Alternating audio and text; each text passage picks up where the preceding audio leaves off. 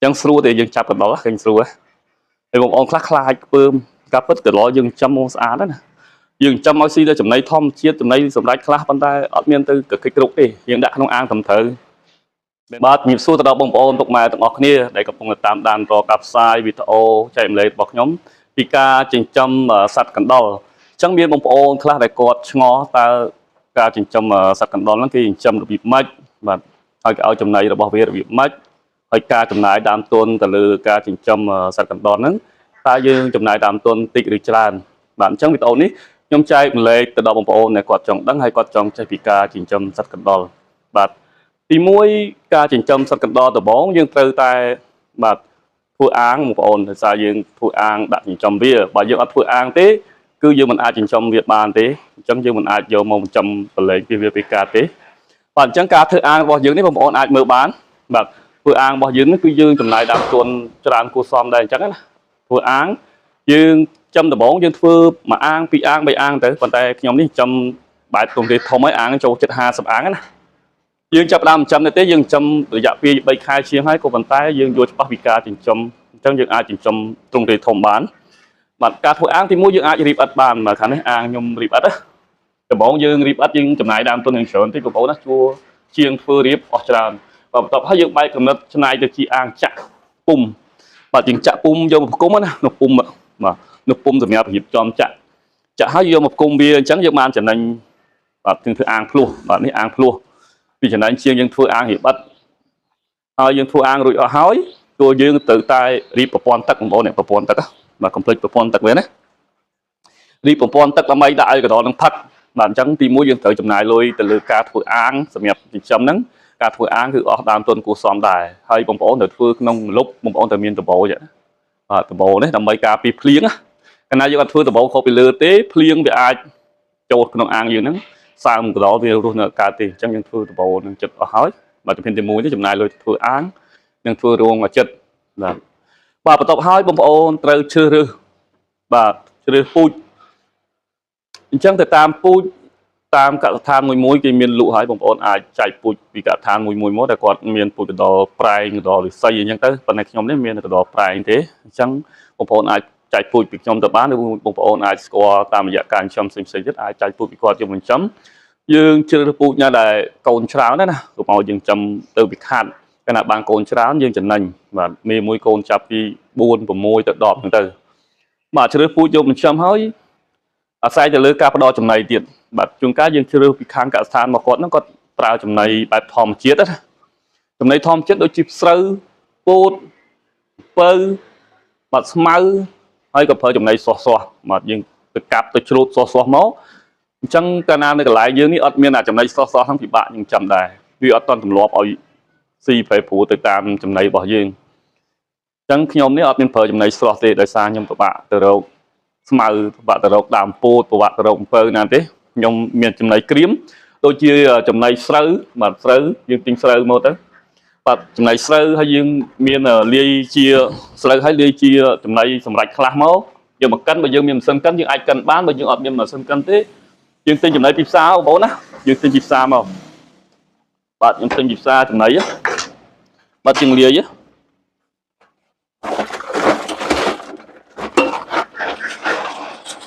បាទចំណីជាងលាយឲ្យវាស៊ីបាទចំណីលាយវាស៊ីទៅយើងសួរចិញ្ចឹមលាយស្រូវលាយចំណីសម្រាប់លាយពោតអីស៊ីអញ្ចឹងទៅណាយើងពិបាករកដោយសារយើងនៅទីក្រុងយើងនៅទីក្រុងអត់នៅតាមជនបទវាស្រីអាចដាំស្មៅដាំពោតដាំពើដាំអីស្រួលអញ្ចឹងខ្ញុំនៅទីក្រុងខ្ញុំទិញជាម៉ាស៊ីនសូនឬមួយខ្ញុំទិញពីគេសម្រាប់យកមកលាយបាទចំណីវាបាទអញ្ចឹងយើងត្រឡប់ឲ្យស៊ីចំណីអញ្ចឹងទៅវាស្រួលយើងមើលថែមានតែស្រូវហើយចំណីពីវាមកទៅបាទទី2បាទទី3យើងត្រូវតាមដាននឹងថែរក្សាបាទតាមដានរបៀបម៉េចបាទដោយសារសត្វកណ្ដុរវាអត់មានបញ្ហានឹងជំងឺអីទេឈឺស្កាត់ដូចជាចិញ្ចឹមសត្វផ្សេងសត្វផ្សេងវាអាចមានជំងឺឈឺស្កាត់អសន្នរោគអីចឹងទៅដូចយើងចិញ្ចឹមមន់ទាអញ្ចឹងទៅបាទចំពោះកណ្ដុរមួយអត់មានជំងឺអសន្នរោគអីទេបាទអញ្ចឹងយើងតាមដានរបៀបចិញ្ចឹមវាយើងបង្កាត់វាកាលណាបង្កាត់វាមានកូនមានអីអញ្ចឹងហើយបើយើងអត់តាមដានអាពេលវាមានកូនអញ្ចឹងពេលវាកើតមកវាអាចមានឈ្មោះមានមេផ្សេងហ្នឹងខំបាទខំយើងខាត់បងក្នុងការបង្កាត់ដោយសារយើងមិនបង្កាត់មួយថ្ងៃបានណាយើងបង្កាត់រយៈពេល26 ទៅ 27 ថ្ងៃ ban cái đó nó vì cồn chứ cái nào vì cồn họ dừng thử tam đan mấy lại mì ba xây những việc khám cồn cái nào khám cái dân tục nơi mùi kia hỏi cái nào mì ba nó khám dừng thử chập việc chân mà việc chân hỏi cả chập việc nó cứ dừng praឧបករណ៍យើងធ្វើពីបចាប់បើពីបចាប់យើងធ្វើខ្លួនឯងយើងទិញទៅកាប់មួយមក10000ណាទិញដែក2មកធ្វើផ្សារខ្លួនឯងបងប្អូនណាអានេះខ្ញុំផ្សារខ្លួនឯងនៅផ្សារខ្ញុំធ្វើជាងខ្ញុំចេះផ្សារចេះអីហ្នឹងបាទជំនាញច្រើនមុខសម្រាប់ខ្ញុំវិញពាក់ហុកជំនាញបងប្អូននៅស្គាល់ខ្ញុំដឹងស្រាប់ហើយស្អីគឺអាចខ្ញុំធ្វើបានខ្លះដែរមិនអាចទៅទិញគេទេអានេះខ្ញុំធ្វើខ្លួនឯងណាបាទខ្ញុំធ្វើខ្លួនឯងទាំងអស់ដើម្បីយកមកប្រើប្រាស់ហ្នឹងបាទទី2យើងនេះឧបករណ៍សម្រាប់ដាក់ចំណីយើងមិនលូកដៃដាក់អីលោកវាហក់មកខំដៃយើងគេដៃយើងអញ្ចឹងយើងត្រូវឧបករណ៍ធ្វើដូចវែកដាក់ផ្សារដងនេះចូលចិត្ត1ម៉ែត្រមកគាត់ដាក់ឲ្យវាស៊ីចំណីអញ្ចឹងណាពីបងប្អូនមើលតាមខ្ញុំណាបាទដាក់ចំណីអញ្ចឹងហើយអានេះយើងឧបករណ៍នេះយើងចាប់យើងចុចនឹងមើលនេះតាគៀបចាប់បងប្អូនណាឥឡូវខ្ញុំចាប់មួយនេះបងប្អូនណាបាទយើងអាចចាប់មើលអញ្ចឹងណាយើងចាប់មើលនេះឈ្មោះណាឈ្មោះនេះបាទឈ្មោះតាពងវានេះឈ្មោះនេះបាទយើងចាប់ស្រួលអញ្ចឹងអត់មានតែចាប់ដៃលុបចាប់ទេបងប្អូនណាតែចាប់ដៃវាអាចខំយើងអញ្ចឹងយើងត្រូវចាប់ប្រើឧបករណ៍ចាប់បាទអញ្ចឹងយើងចាប់កូនវាមើលបាទកូននេះកូនត្រង់នេះមានមេមានបាមានកូនបាទនេះកូនទើបបានតែមួយខែកូនមួយខែប៉ុណ្ណឹងផុតដល់ប្រលុកបងប្អូនណាបាទអញ្ចឹងយើងលុបចាប់អញ្ចឹងស្រួលទេបងប្អូនណាការចិញ្ចឹមហើយយើងចង់ដឹងមេណាផើម៉ូតូទៀតយើងអាចមើលបានណានេះមើលមេ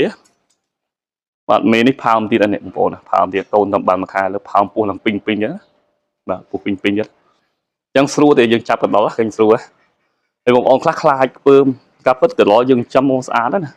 យើងចិញ្ចឹមឲ្យស៊ីទៅចំណីធម្មជាតិចំណីសម្រាប់ខ្លះប៉ុន្តែអត់មានទៅកិច្ចគ្រប់ទេយើងដាក់ក្នុងអាងត្រឹមត្រូវមិនប្រើចំណីតាមលូតាមអីទេចំណីយើងគឺចំណីស្អាតយើងទិញយកឲ្យស៊ីអញ្ចឹងល្អបាទអត់តែមានធំក្លិនអីទេបាទស្រួលចិញ្ចឹមហើយគឺយើងប្រើចំណីល្អបាទអញ្ចឹងការចិញ្ចឹមនេះបែបទ្រង់ទ្រាយធំខ្ញុំបែបបង្កើតជាកសិកម្មណាបងប្អូនអាចមើលមកជុំបានមើលមកជុំណាបាទអញ្ចឹងយើងចិញ្ចឹមបែបទ្រង់ទ្រាយធំយើងប្រើអាងច្រើនហេណាបាទយើងបបលមើលអាងយើងចិញ្ចឹមគឺច្រើនដែរបាទ40អាងជាងហើយអាចទៅដល់50អាងណាតែត្រង់ទៅដល់បាទ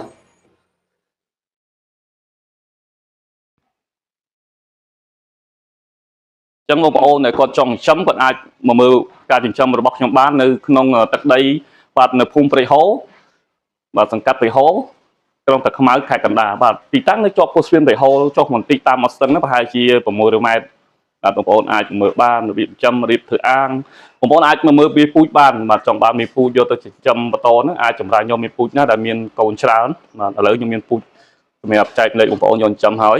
បាទហើយមានកន្លែងចាំត្រឹមត្រូវមានមេការជួយមើលខុសត្រូវប្រធានបងប្អូនណាបាទអញ្ចឹងរបៀបដាក់ចំណីរបៀបអីហ្នឹងហើយរបៀបថែទាំកូនហ្នឹងបាទនេះសិតតែដល់កូនណាកូនទាំងអស់នេះអញ្ចឹងថ្ងៃនេះខ្ញុំចែកម្លែកតែប៉ុណ្្នឹងទេសម្រាប់បងប្អូនដែលគាត់បាទចង់ចិញ្ចឹមហើយប្រើដើមទុនអស់ប្រមាណទៅលើការចិញ្ចឹមរបស់យើងបែបទ្រង់ទ្រាយធំនិងបែបធម្មតាសម្រាប់យើងចិញ្ចឹមជាបបពិសោធន៍យើងទិញពូជយកចិញ្ចឹមសិនទៅបាទមួយឈុត2ឈុត3ឈុតហ្នឹងទៅបាទព្រោះហើយយើងយល់ដឹងពីការចិញ្ចឹមច្បាស់លាស់យើងអាចបាទទិញពូជច្រើនបន្តទៀតបាទងាយស្រួលចិញ្ចឹមហើយកណ្ដុរចាំតែយើងចិញ្ចឹមមេពូជយកប្រកាត់ហ្នឹងដល់2ខែបានផលមានកូនមានអីមកដល់2ខែយកទៅវាស៊ាំត្រង់ហើយប្រកាត់មានកូនមានចៅហើយបន្តហើយយើងចាប់ផ្ដើមបំបែកពូជហ្នឹងដាក់បន្តទៀតទៅហើយកូនរយៈពេល3ខែយើងអាចធ្វើពូជបន្តឬមួយយើងអាចលក់ដូរបន្តបានហើយបាទដោយសារខ្ញុំប្រកាសនេះរយៈពេល26ដល់27ថ្ងៃក៏ដល់យើងចាប់ផ្ដើមកូនហើយបន្ទាប់ពីកូនហើយរាប់ពីកើតហ្នឹងទៅរហូតរយៈពេល27ថ្ងៃ2ខែ27ថ្ងៃទៅ3ខែក៏ដល់ហ្នឹងយើងប្រកាសបានឬមួយយើងអាចលក់ពូជទៅបងប្អូនបន្តផ្សេងទៀតហើយបាទអញ្ចឹងវីដេអូចែកម្លែករបស់ខ្ញុំគឺមានប៉ុណ្ណេះទេបាទសូមអរគុណទៅដល់បងប្អូនដែលតាមដានវីដេអូរបស់ខ្ញុំពីការចែកម្លែកចិញ្ចឹមសត្វកណ្ដុរបាទសូមអរគុណ